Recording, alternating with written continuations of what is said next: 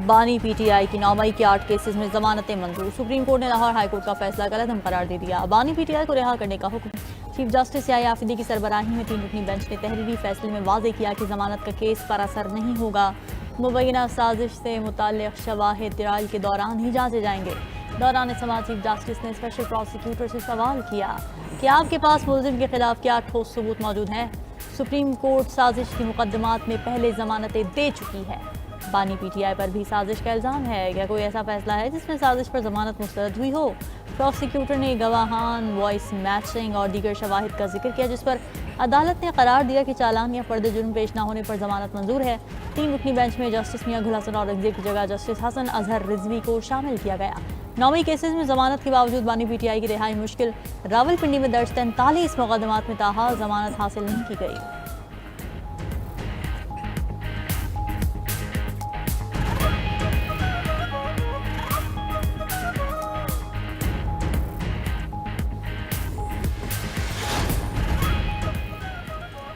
बानी पीटीआई का सिर्फ अलकादिर ट्रस्ट का मुकदमा बाकी है। केस लगा तो 3 मिनट में ख़त्म हो जाएगा। वकील सलमान सफदर का कहना है बानी पीटीआई पर 300 से ज़ायद मुकदमात बनाए गए, सिर्फ एक केस रह गया है। चीफ जस्टिस से मुलाकात में दरख्वास्त की कि इस्लामाबाद हाई कोर्ट में दायर केसेस की सुनवाई करवाएं।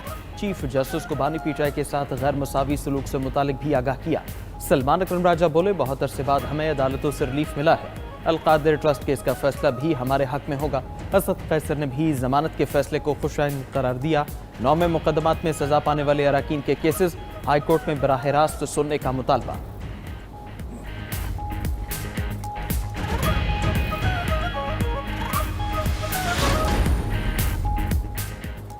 फील्ड मार्शल सैयद आसिम मुनीर की तरफ से किसी सहाफ़ी को कोई इंटरव्यू नहीं दिया गया। ब्रसल्स के इवेंट में पीटीआई का कोई जिक्र हुआ, ना ही मुआफ़ी का। 9 मई के जिम्मेदारान और सहूलतकारों को कानून के मुताबिक कटहरे में आना होगा। DGISPR लेफ्टिनेंट जनरल अहमद शरीफ की इस्लामाबाद में मीडिया से गुफ्तगू। कहा कि सोहेल बड़ाइच के जिस कॉलम की बात है वो ब्रसल्स का एक इवेंट था। सोहेल बड़ाइच की ये नामुनासिब हरकत थी। ज़ाती मफाद और तशहीर के लिए सहाफ़ी की अपनी कोशिश है। अफसोस की बात है सीनियर सहाफ़ी होकर भी गैर जिम्मेदारी का मुजाहरा किया गया। बहुत वाज़ेह अल्फाज में कहा कि इदारों को समझदारी का मुजाहरा करना चाहिए। DGISPR का मजीद कहना था भारत हमला करके पाकिस्तान को डिस्क्रेडिट करना चाहता था। पाक फौज के भरपूर जवाब से भारत खुद डिस्क्रेडिट हो गया। भारत की दहशतगर्द प्रॉक्सीज भी डिस्क्रेडिट हो गई।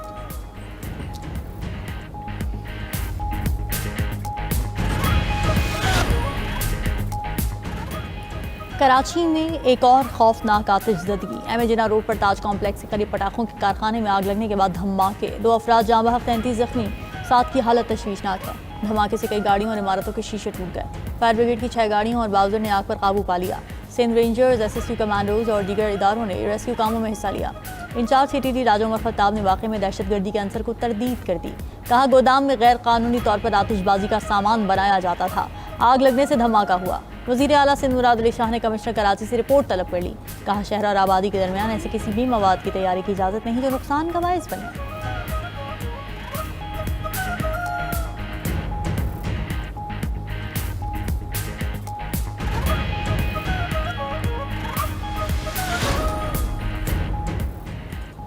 कराची में मुसलसल तीसरे रोज भी बारिश। मलीर, कुरंगी, लांढी, गुलशन हदीद एयरपोर्ट के अतराफ में तेज बारिश। सुरजानी टाउन, सफूरा, चुरंगी, गुलिस्तान जौहर और माड़ीपुर में भी बारिश। 24 घंटे में सबसे ज्यादा औरंगी टाउन में 113 मिलीमीटर बारिश हो चुकी।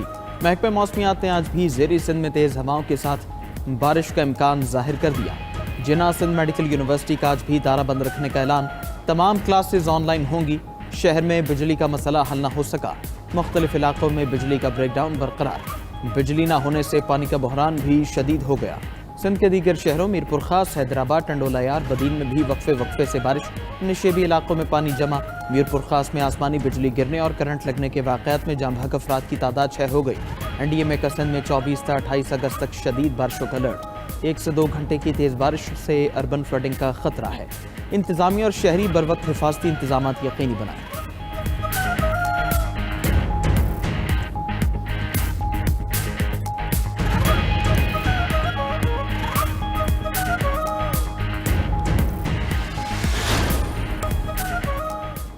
भारतीय रियासत गुजरात में एक बार फिर मूसलाधार बारिश। सैलाब के बायस जिला पोरबंदर के ज़रई इलाके ज़रियाब मामूलात ज़िंदगी मफलूज हो गए। दीगर रियासतों में भी बारिशों की तबाहकारियां। मुंबई में 5 दिन में 875 मिलीमीटर बारिश हो चुकी। उधर जद्दा में गर्दालू तूफान के बायस दिन में अंधेरा छा गया। शहरी दिफा ने आवाम को घरों में ही रहने की हिदायत की है।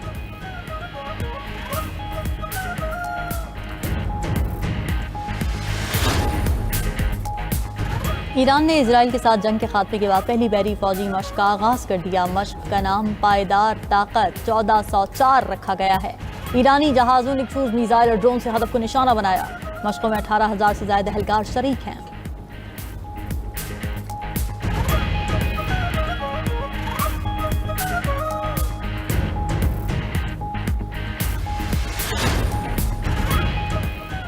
शिमाली कोरिया ने चीन की सरहद के करीब खुफिया मिसाइल बेस कायम कर लिया। अमरीकी तहकीकाती इदारे का इंकिशाफ। थिंक टैंक की रिपोर्ट के मुताबिक बैनुल बर्र-ए-आज़मी बैलिस्टिक मिसाइलों का खुफिया अड्डा चीनी सरहद से 27 किलोमीटर दूर वाक़ है, जो अमरीका और मशरक़ी एशिया के लिए जौहरी खतरा बन सकता है।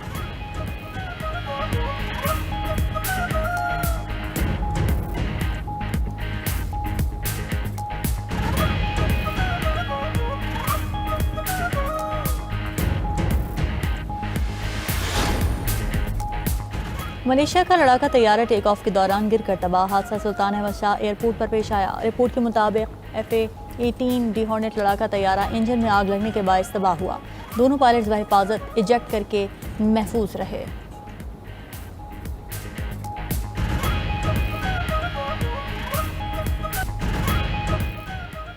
इसराइल ने गजा सिटी पर बड़े फौजी ऑपरेशन की तैयारियों का आगाज कर दिया। नए हमले की तैयारियों के पेश नज़र 60,000 नए रिजर्व फौजी तलब कर लिए। इसराइली फोर्सेस की जानिब से गजा सिटी को खाली करने के अहकामात जारी। रूसी सदर ने यूक्रेन जंग के खात्मे के लिए 3 अहम शराइत रख दी। खबर एजेंसी के मुताबिक पुतिन का कहना है यूक्रेन मशरकी डोनबास से मुकम्मल इंखला, नेटो में शमूलियत की ख्वाहिश तर्क करे, गैर जानिबदार रहे और मगरबी फौजी यूक्रेन में तैनात न हो। कोलंबिया के एयरबेस पर धमाका, 5 अफराद हलाक, 36 जख्मी हो गए। खबर एजेंसी के मुताबिक मिलिट्री एविएशन स्कूल को कार बम धमाके में निशाना बनाया गया। हुकाम ने मजीद धमाकों का खदशा जाहिर कर दिया। हलाक और जख्मियों में राहगीर भी शामिल हैं।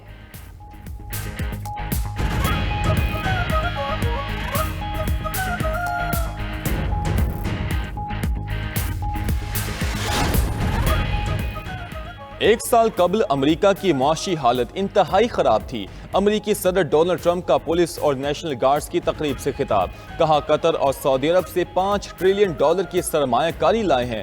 अमेरिका में इलेक्ट्रिक जहाज बनाने पर काम कर रहे हैं। मसनूई जहानत के मैदान में चीन का कामयाबी से मुकाबला किया। माजी के मुकाबले में अमेरिका की हालत अब बहुत बेहतर है। ट्रंप इंतजामिया का चिप रिसर्च प्रोजेक्ट्स के $2 अरब मादनियात के मंसूबों पर खर्च करने पर भी गौर।